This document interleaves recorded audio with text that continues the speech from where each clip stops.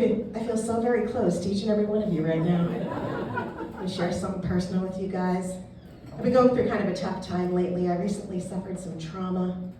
I accidentally found out how much I weigh. It was very traumatic for me. I had no idea, because I had not gotten on a scale in over 10 years, which sounds crazy. I know it sounds crazy, but it really isn't. Like most women, I used to get on the scale every morning, then hate myself for the rest of the day. But one day, one magical day, the battery in my scale died. It was the best day of my life. I was in such a good mood, I just wanted to have more days like that. So I made a decision in that moment to never get on another scale as long as I live. I thought it would be fine, you know? I'd know how I was doing by how my clothes fit. Do you have any idea how much weight you can gain and still wear the same size jeans? 30 pounds, yeah, maybe 35. Denim can be very forgiving when slowly stretched to its limits. See, here's what happens when you don't get on a scale in over 10 years. You get really fat, only you have no idea because you're in denial. I'm not trying to toot my own horn here, but nobody does denial like this lady. I am really good at it. I can explain away anything. I mean, all the signs were there. I'd see pictures of myself and I would think, ew, there's a chin I didn't have before.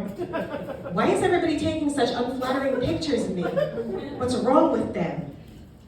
I'd go sit down in the bathtub and the water would rise like all the way up, practically overflow the tub, and I'd think to myself, what is the matter with my bathtub? Perhaps my house has shifted? I can explain away physics, guys. I basically shallow-held myself for an entire decade. Sometimes I would go to the doctor and they would insist that I get on a scale, and I did, but I never looked. I just closed my eyes, told them I didn't want to know. Nobody ever said a word. It was great. But the last time I was there, that bitch nurse forgot to reset the scale. I caught a glimpse. Couldn't unsee it. Couldn't unring the bell. Had to make some changes.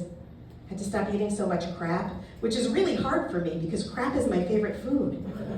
Love eating crap. I joined a gym because, you know, if you exercise, you get to eat more food.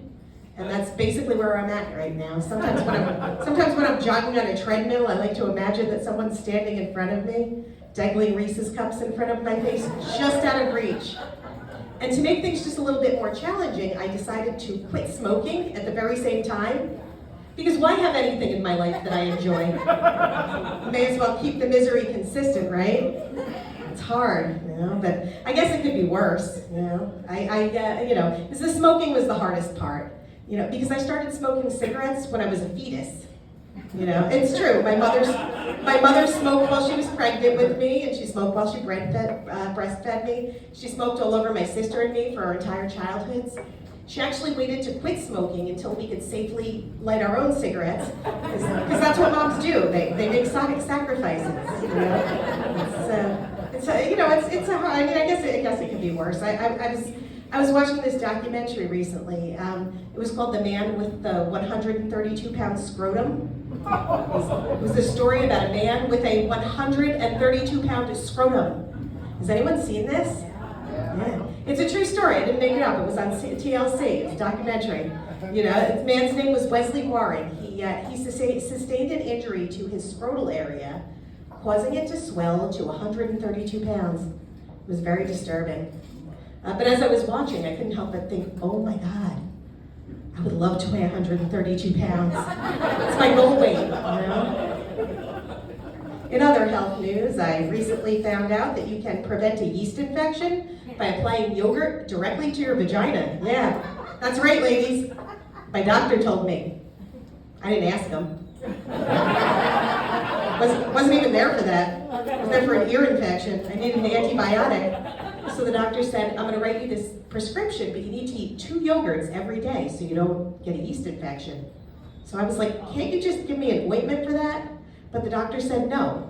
If you don't want to eat the yogurt, you can put it in a tampon applicator and just shoot it right on up your old ginny hole.